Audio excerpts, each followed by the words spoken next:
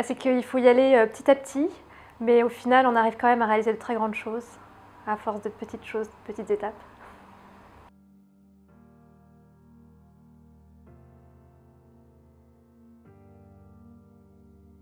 Alors, je suis Stéphanie Giquel, je suis aujourd'hui sportive de l'extrême.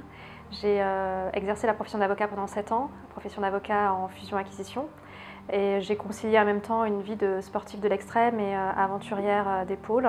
Et aujourd'hui, je me consacre au partage auprès du grand public, auprès des jeunes, et puis au sport d'endurance extrême, donc la course à pied sur longue distance et aux expéditions polaires. Alors, ma dernière expédition, c'était une expédition à travers l'Antarctique de 1045 km en 74 jours que j'ai parcouru à ski, sans voile de traction. L'objectif, c'était d'atteindre le pôle sud, puis atteindre à nouveau la côte.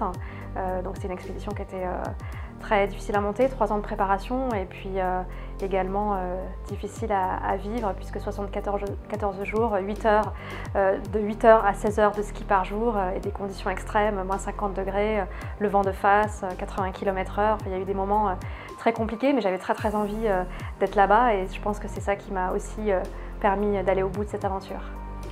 Alors il y en a beaucoup parce qu'en réalité un sportif ou un aventurier est un entrepreneur parce que déjà on monte un projet, on lève des fonds auprès de partenaires potentiels et puis ensuite on monte toute la logistique, on constitue une équipe, il y a des moments de difficulté, on vous dit que c'est impossible mais vous êtes obligé quand même de continuer, de persévérer et puis dans la réalisation de l'aventure il faut persévérer, on rencontre des obstacles qui sont parfois prévisibles et puis d'autres qui sont complètement imprévisibles et donc il faut les surmonter les uns après les autres, toujours persévérer et puis on fait face aussi au changement, donc il faut pouvoir s'adapter. Donc il y a énormément de liens évidemment entre l'entrepreneuriat, la gestion de projet et l'aventure.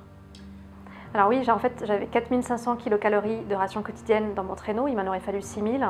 J'ai manqué de nourriture, j'ai vécu la faim est obsessionnelle. La faim, on ne peut pas la préparer. Donc cela fait partie des genres de choses dont on entend parler quand on rencontre des explorateurs qui ont parcouru l'Antarctique, on entend parler de la faim, mais on ne peut pas le préparer. C'est-à-dire que si j'essaye de ne pas manger pendant une semaine, je ne pourrais de toute façon pas me mettre dans une situation que j'ai connue à travers l'Antarctique. La faim, elle est obsessionnelle, vous ne pensez qu'à ça. Vous ne pouvez plus faire 2 + 2, vous ne pouvez plus réfléchir et c'est une situation qui était nouvelle pour moi, que j'ai connue dans le cadre de cette expédition. En réalité, quand on part à ski sans voile de traction, on a toujours faim.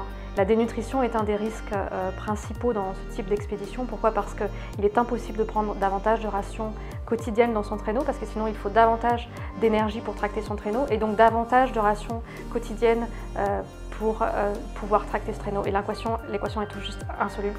Donc la dénutrition est un risque principal. Elle a causé notamment la mort de plusieurs explorateurs et encore récemment en début d'année 2016.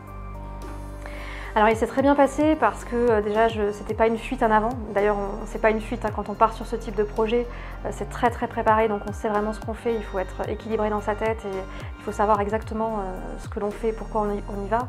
Donc il n'y avait pas du tout de fuite, donc j'ai vraiment retrouvé ma vie normale comme avant.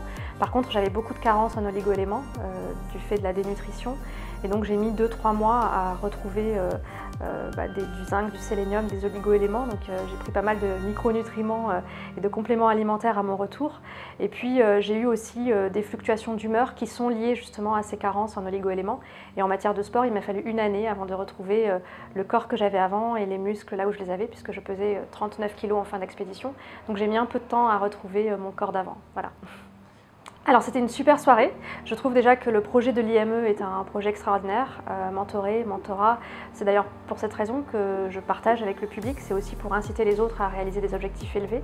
Donc je trouve que le projet est extraordinaire et la soirée j'ai juste adoré. J'étais sur scène, ça a duré 15-20 minutes et voilà, j'ai pris du plaisir. Donc j'ai parlé de plaisir dans l'aventure, mais j'ai pris aussi du plaisir à prendre la parole sur scène ce soir. C'était un peu comme du théâtre, j'ai vraiment adoré ça et donc c'était juste extraordinaire et j'ai fait de très belles rencontres. Voilà.